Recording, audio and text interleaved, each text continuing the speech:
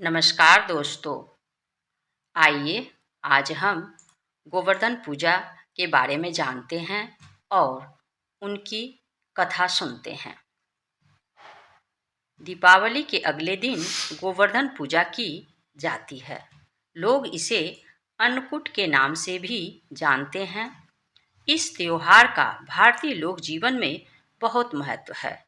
इस पर्व में प्रकृति के साथ मानव का सीधा संबंध दिखाई देता है।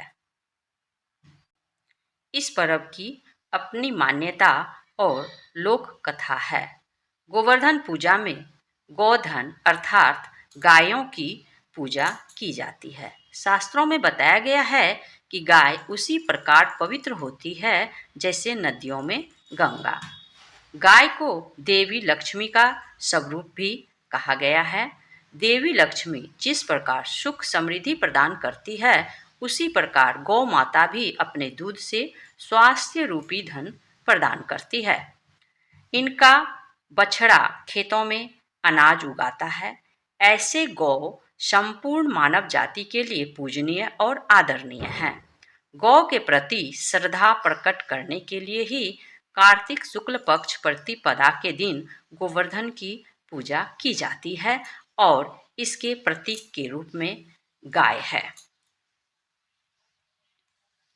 जब कृष्ण ने ब्रिजवासियों को मूसलाधार वर्षा से बचाने के लिए 7 दिन तक गोवर्धन पर्वत को अपनी सबसे छोटी उंगली पर उठाकर रखा और गोप गोपिकाएं उसकी छाया में सुखपूर्वक रहे, 7वें दिन भगवान ने गोवर्धन को नीचे रखा और प्रतिवर्ष गोवर्धन पूजा करके अन्नकूट उत्सव मनाने की आज्ञा दी।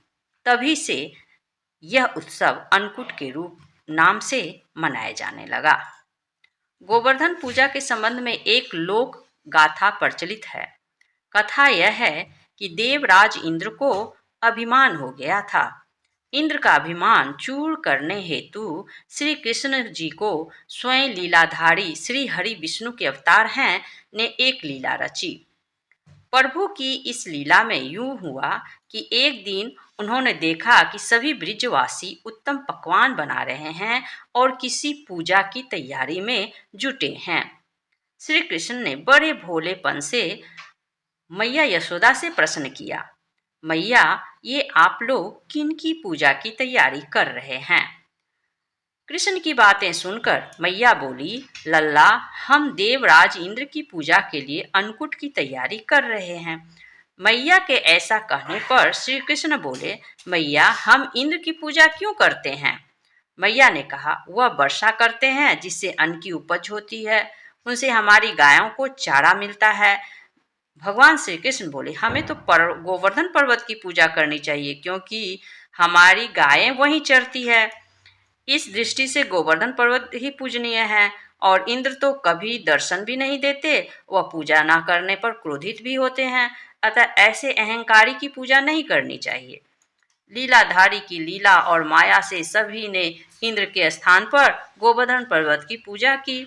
देवराज इंद्र ने इसे अपना अपमान समझा और मूसलाधार वर्षा आरंभ कर दी।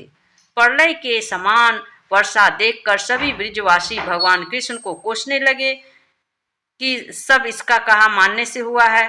तब मुरलीधर ने मुरली कमर में डाली और अपनी कनिष्ठा उंगली पर गोवर्धन पर्वत उठा लिया और सभी ब्रिजवासियों को उसमें अपने गाय बछड़े समेत शरण लेने के लिए बुला लिया। इंद्र कृष्ण की यह लीला देखकर क्रोधित हुए, फलतः वर्षा और तेज हो गई।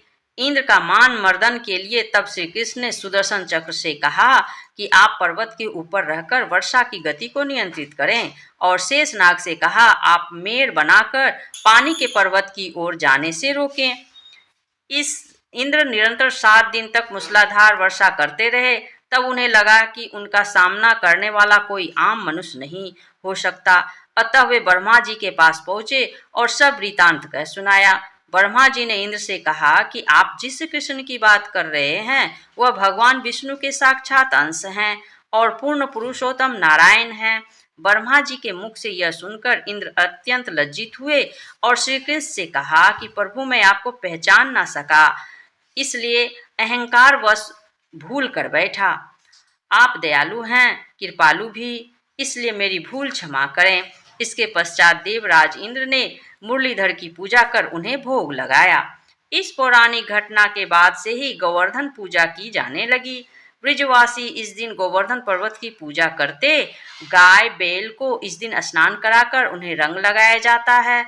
वह उनके गले में नई रस्सी डाली जाती है। गाय और बैलों को गुड़ और चावल मिलाकर खिलाया जाता है। तभी से ये गोवर्धन पूजा शुरू हो गया। जय हो गोवर्धन महाराज की जय। गोवर्धन पूजा के दिन गोवर्धन पूजा का कथा अवश्य सुने।